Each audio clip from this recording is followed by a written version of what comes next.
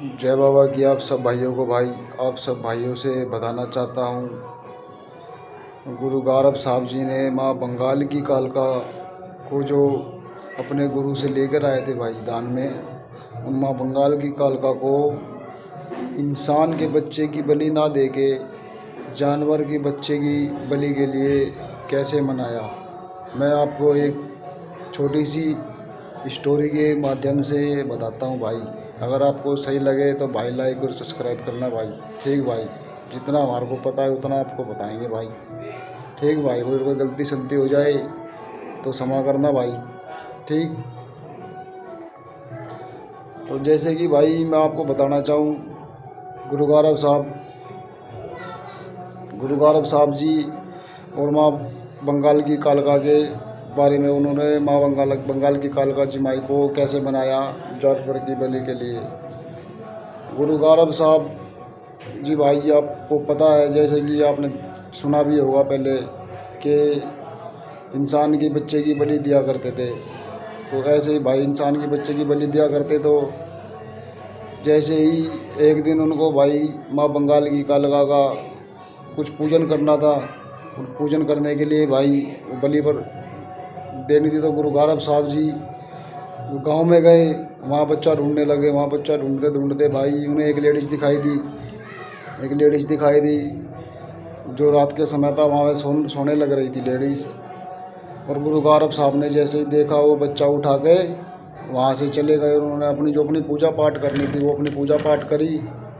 उसके बाद जब सवेरे हुई तो भाई सवेरे उस गांव के अंदर पंचायत बैठ गई। पंचायत में उस लेडीज़ ने अपना सवाल रखा कि जी हमारे बच्चे को कोई उठा के ले गया है। और गांव वालों को पता था कि भाई यहाँ से बच्चे वगैरह कौन उठाता है, क्योंकि पूरे गांव में ये बात फैली और थी।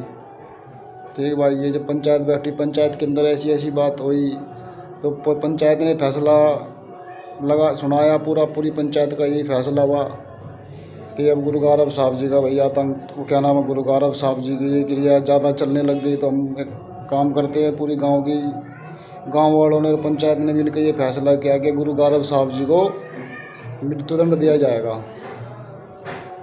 पूरे गांव ने ये सोचकर भाई वो गुरु गारब साहब जी को ढूंढने लग गए। और जैसे ही उन्हें गुरु गारब साहब जी का पता लगा, वे गुरु गारब साहब जी के पीछे लग गए। और पीछे लग के भाई वहाँ जाने लगे गुरु गारब साहब जी से। गुरु गारब साहब जी भाग कर, और क्या नाम है, गोसे के उपले के बिटोड़े होया करते हैं भाई, उनमें जाकर छुप गए गुरु गारब साहब जी। गांव वालों ने उन्हें भाई चारों तरफ से उनके घेर लिया और बोलने लग गए कि गुरु गारब साहब आज तेरा अंत है, कि अब तूने बहुत कर लिया जो करना था। इस माध्यम से ये बात होती रही। और गुरु गारब साहब से पूछने लग गए, भाई अगर आपकी कोई अंतिम इच्छा हो तो बताओ, नहीं हम आपको तो भाई ख़त्म करेंगे, आपको जलाएंगे आप।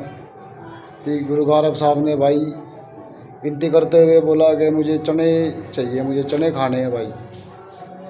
ठीक, तो वहाँ के भाई किसी शख्स ने गुरु गारब साहब जी से चने ला के दिए काले भाई। और गुरु गारब साहब जी ने उन काले चनों का भाई क्या यूज़ किया वो आपको बताता हूँ भाई। अब वहाँ के जो इंसान लोग थे भाई, उन्होंने बिटोड़े में आग लगा दी। और बिटोड़े में आग लगाने के बाद भाई पीछे हो गए। गुरु गारब साहब जी ने अंदर ही अंदर भाई वो चनों के ऊपर मंत्र पढ़ के, और वो भाई धुआं बन के धुएं के साथ साथ गायब हो गए भाई। और गायब हो गए भाई गांव की सीम के बाहर जाके बैठ गए भाई। ठीक भाई, गांव वाले सब खुश हो गए कि अब तो गुरु गारब साहब जी का अंत हो गया, अब हमारे गांव में ऐसी कोई क्रिया वगैरह अब दोबारा कोई नहीं होगी। ये चीज़ करते हुए गांव वाले बहुत खुश हो रहे थे। ठीक, और जब गुरु गारब साहब जी गांव की सीम पे बैठे थे, तो वहाँ से बाहर से कोई फेरी वाला आ रहा था।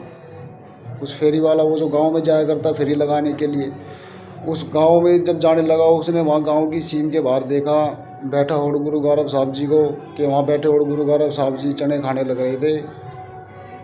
ठीक, उन्होंने गुरु गारब साहब को देख के राम राम दुआ सलाम की और वहाँ से गांव के अंदर चला गया। उन्होंने गांव के अंदर जाके देखा तो वहाँ पंचायत बैठी हुई थी। उन्होंने पंचायत के बीच में उस फेरी वाले ने पूछा तो क्या हुआ, तो उन्होंने बोला कि ऐसे ऐसे काम हुआ था, हमने गुरु गारब साहब जी को बिटोड़े में जला दिया। ठीक, तो उस फेरी वाले ने बोला कि भाई तुम सब झूठ बोल रहे हो, कि ऐसा तो कुछ भी नहीं है कि तुमने वहाँ पे भी कर दिया। कि गुरु गोरख साहब को मैंने खुद गांव की सीम के बाहर वहाँ चने खाते हुए देखा।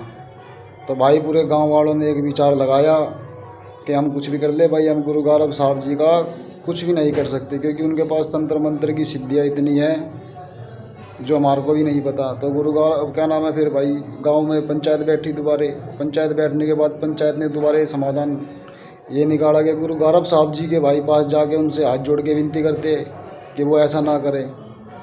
ठीक भाई।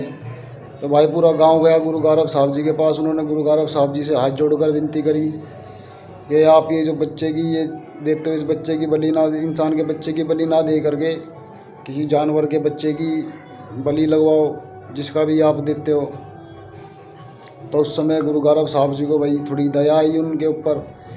उन्होंने कहा ठीक है चलो मैं ऐसा करता हूँ। उन्होंने भाई माँ बंगाल की कालका का ध्यान किया, और ध्यान करके भाई माँ बंगाल की कालका से ध्यान में उनकी इस तरीके से बात हुई कि आज के बाद मैं आपको इंसान के बच्चे की बलि नहीं दे सकता, और मैं जो भी बलि दूँगा वो जानवर के बच्चे की बलि दूँगा।